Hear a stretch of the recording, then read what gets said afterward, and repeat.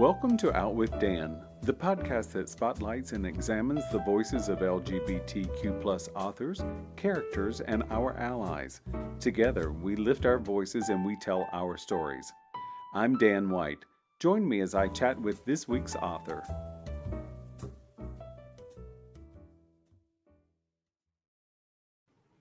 Hello and welcome back to OutWithdan. Today I'm excited to talk to JamesL'Etoile about Face of Greed. Welcome, James. Good to see you, Dan. Thanks for having me here. It's good to see you as well. This was just absolutely twisty and turny and fabulous. Can you give us an idea of what this is about, your new book? Sure. Yeah, absolutely. Face of Greed. It's the first in a new series. Thank you, Dan. It's the first in a new series featuring Detective Emily Hunter. Emily is a detective with the Sacramento Police Department, and she's been doing the investigation game for a while, so she's pretty savvy. And she's called to the scene of a botched home invasion. It's gone terribly wrong. The homeowner's been killed, in front of his wife. She's been beaten. But right away, Emily knows there's something more going on to this crime than she was led to believe. I mean, how often does she go to a crime scene and the mayor is there, the chief of police is there? So it's kind of heightening the attention of this case. And she soon starts to unravel this case. And yeah, there was a whole lot more going on with that victim than anyone was led to believe. So you were in the criminal justice system, not necessarily the police department, but Right. this story you've put together is fantastic, and I mean that greatly. Oh, thank you. Thank you. I enjoyed it, and I too, we see through Emily's eyes. We understand that something smells fishy. And one of the things that I loved about it was something I've seen in life is sometimes women use their position, their sexuality to sort of move a narrative along. And that is something that happened in this book that I found interesting. Was that fun to write? I mean, it gets a little gritty. It was challenging to write because that's not my experience. And about a year ago, well, actually, it's been more than that. I just floated a little thing out on Twitter, and saying, what are the traits that other women don't like to see in other women? And oh my God, just the stuff that came out of the woodwork, and a lot of that venom and who they don't trust and why they don't trust people kind of helped inform some of the characters in Face of Greed. Yeah, you've got, for example, the widow's wife, Lori Townsend, in Face of Greed. She's got an interest in protecting her dead husband's secrets because they're worth some money and people are obviously willing to kill for it. So, she's kind of invested in that line. So, yeah, it was challenging to write, but it was kind of fun at the same time to kind of explore that whole avenue. Well, and I think it's fair to say that Lori Townsend is scummy, and she's not the best of the female kind. But then one thing that I found that you did as an author is you also gave us a lot of wonderful, strong female characters who embodied things that we'd all like to see our friends and work colleagues have, from the pathologist. I mean, it just all over the place. And that was a very interesting read because we had Lori on one end and then we had other people on the other end, same sex, but in a very different narrative. Were those fun to write? They were. I really like writing Emily Hunter, our lead character. She's a little sarcastic, a little snarky, pushes the envelope a little bit. And part of that is her experience as a woman in a male-dominated profession. I mean, I've worked with women in law enforcement for decades, and my experience is that they have to work twice as hard to get the same recognition that their male counterparts get. So, Emily has gone through that. She's seen it. So she pushes the boundaries a little bit here and there, but she's able to back it up. And her case closure rates and those kinds of things let her get away with some of the snarkiness that she exudes.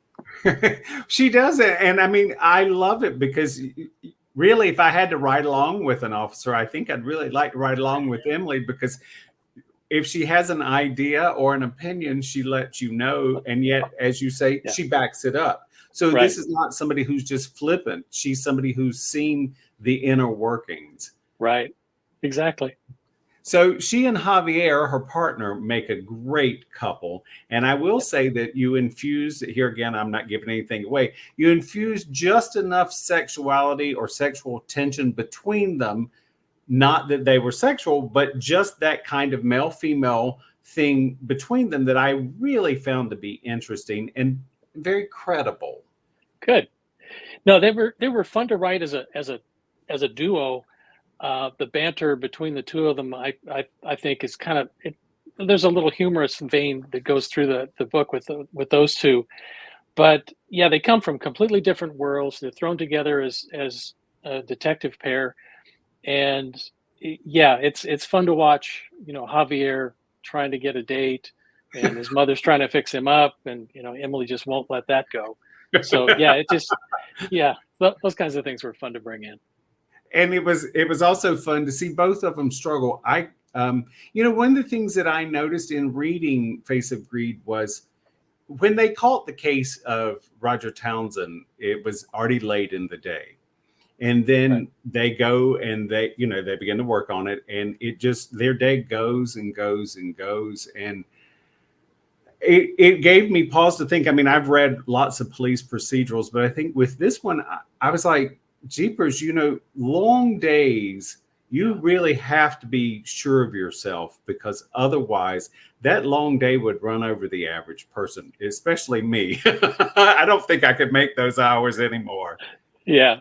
Yeah, it's true. I mean, the investigators when they come onto a case like Emily and Javier found, yeah, those first few hours, those few 48 hours are really important on getting those leads before they go cold. So you have investigators working, especially the first few days, very long hours to catch a break on those things. So to sort of go back to their family, both Emily and Javier have mothers that figure into this book. Right. And so Emily's mother, Connie, is beginning with early onset dementia. Right. That, I would imagine, is a very difficult thing to write about. How was your process for that? It is a difficult thing to write about, and I wanted to bring it out because I see more and more of our contemporaries dealing with aging parents, and it's something that a lot of us are dealing with. My mom, in her last years, went through dementia Hmm. and memory care placements and those kinds of things, and it was as a caregiver, as a primary caregiver, it was difficult.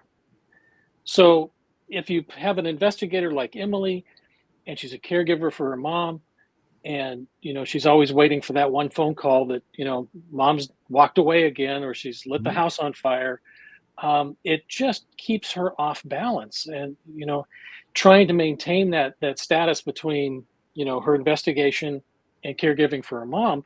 It's a difficult process, but some of the interactions between mom and Connie, mom and Emily, were conversations that I had with my mom, just, not in place and time, and just things just didn't match up. There's I think um, if not in this, in the sequel, Emily pulls a photo off the wall of mom and Emily together at her academy graduation. And mom is convinced that that's Photoshopped because she was never there. Mm. My mom had the same experience at my daughter's wedding. Oh, wow. She saw the picture, and you know with her in it, and my daughter, and she was convinced that, how did you do that and why wasn't I invited? Well, you were there, you just Right. can't remember it anymore. So a That lot of those things factored in. and it was as this reader, it was something really good to have, because it is something that as we age and our friends age and our parents age, we do see these things. Right. And nobody really wants to confront the elephant in the room because it's heartbreaking. But it's nice to have it in a piece of fiction that it Hmm. actually figures in. And Connie Connie's story, just to sort of tease the listeners, is Connie's story isn't just one dimensional. There's several layers to Connie's story and Emily and Connie's relationship. And well done, Jim. Well done. I Oh, really thank you. enjoyed it. Thanks. And then on sort of the opposite end of the spectrum is Lucinda, Javier's matchmaking mother. And I've known more than one Lucinda in my life. Right. They and you know, and I did figure that watching two detectives sort of struggle to have a personal life. I mean, I really Yeah. can't imagine it's easy um, to have a personal life when you're in something that detailed. It is. I mean, it's difficult, and Emily experiences it, and I kind of put my head in the space that I was in my last few years when I was working with my mom needing memory care and family issues going on, and trying to balance that with a high demand job, and it's really hard. Um, and it's probably almost as equally as hard for Javier with his mom, always in his business. But um, I think he's able to kind of vent a little bit to Emily about that. And she kind of, keeps him on an even keel. And they do have such a cute thing back and forth. There's a booty bandit in your story, and that is so fun because that play between Javier and Emily is so cute over that fella, and it is just adorable. Good. I'm glad you liked it. So you have some really bad characters as well. So we've sort of got over the loving family and all that good stuff. You've got some really, really, really bad characters, Jim. So Sure. which one is your favorite? You must have a There, there's a couple of really bad guys in there. I think we involve not only we learned early on that Roger Townsend was up to his neck in political activities. Some of it a little sketchy. So those secrets that he died to protect are really up for grabs, and everybody wants them because they're worth something. Mhm. So you've got the Aryan Brotherhood gang members in the community. They think they can leverage it. Other people think they can make a play for them. So there's this dynamic that who's going to come out on top. But some of the gang members were kind of fun to play with. But I drew on the Aryan Brotherhood members that I had to deal with in the prison when I worked there for 29 years. Um, Pretty straightforward, just up in your face, do it my way or else kind of guys. And I used a couple of those as kind of backdrops for the characters in Face of Greed. It's there again, your former profession isn't one I would like to have. I'm very appreciative you did it. And for 29 years, that's a hell of an accomplishment because I'm sure the burnout rate is tremendous. Yeah, it Um, is. but I do think that, as you say, you sort of get, you already know the characters because you've experienced them. A little bit. People, when I first tell them about my background, where I work, they expect me to write these very, very dark prison noir kinds of books, and that's really not what I write. Face of Greed might have some of those character traits that I picked up Mhm. along the line, but the storyline I think is much different than people expect when they hear, oh, here's an old prison guy. And I did wonder about that because I in having read Face of Greed, it isn't a prison noir book at all. No. As you say, it has some characters, has shading of people that I'm sure you've met in your life at one time or another. But it Correct. is, I mean, it's a very straightforward police procedural that's really well written. Oh, thank you. So it is in a different setting, though, than your last two, which I believe were in the desert of Arizona. That's And right. so, how do you like writing? So I know you're capable of writing both, but so this one is set in Sacramento, and it's sort of what I would call a city setting Yes. versus rural setting in southern Arizona. Does one capture your attention more than the other? Is one easier or more difficult? I think it's somewhere in between. I mean, I'm lucky that I'm writing two different series with two different publishers.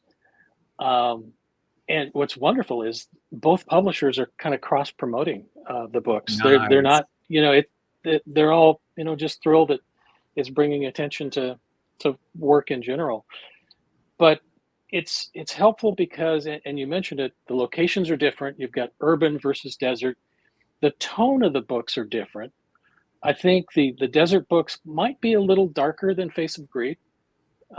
Dead Drop and Devil Within and Face of Greed, different worlds, and the subject matter is a little bit different. In the desert books with Dead Drop and Devil Within, we're kind of focused on that desert culture and the immigration issues that are going on down at the border, and our characters are dealing with that.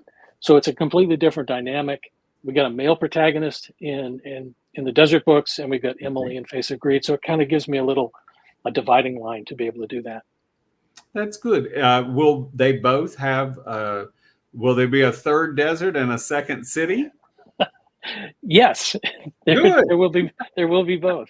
Yeah, the third desert book is called Served Cold, and it looks like that's going to be out in July. Lovely. And the second Emily book is going to be late 2024, perhaps, or late 2025.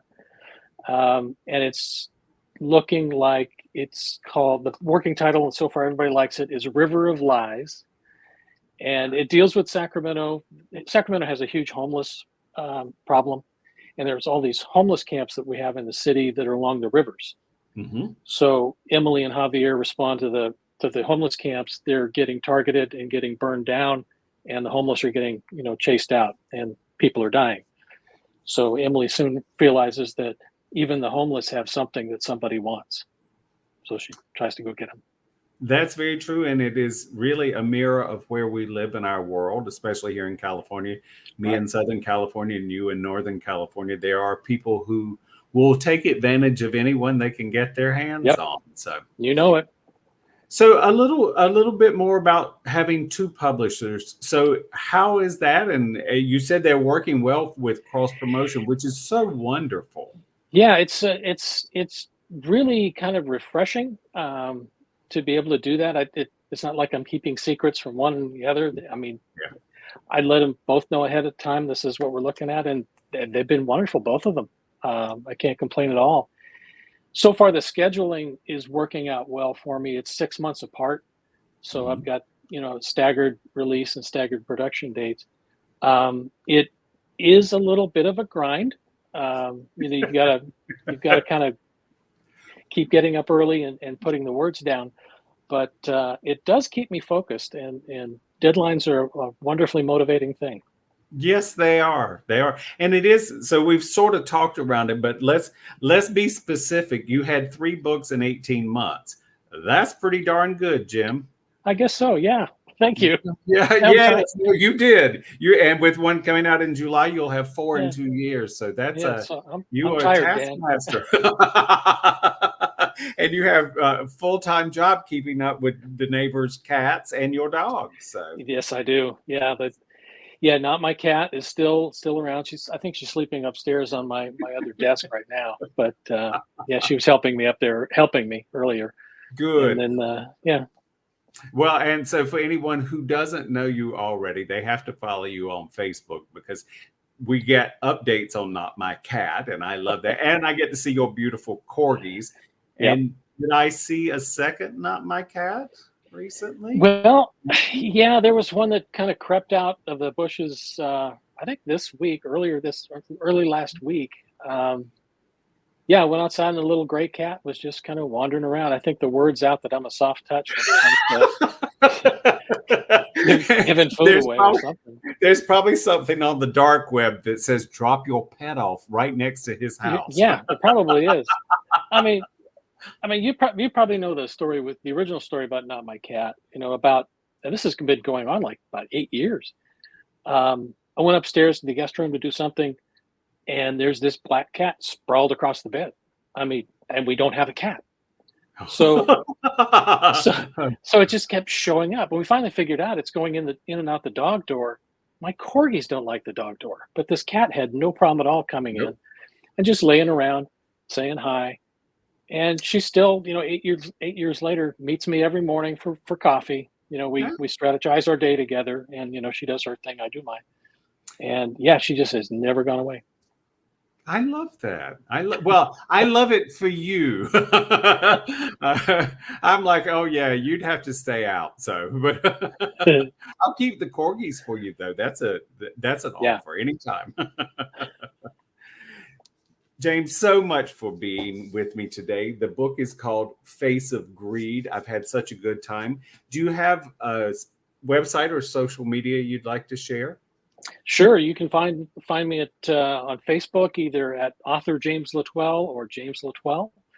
Instagram, author James L'Etoile. Twitter, James L'Etoile. I think I'm over on Threads, and then the website is JamesL'Etoile.com. So yeah, come on by, and if you happen to see me at a conference or something, BoucherCon or whatever, come on, say hi.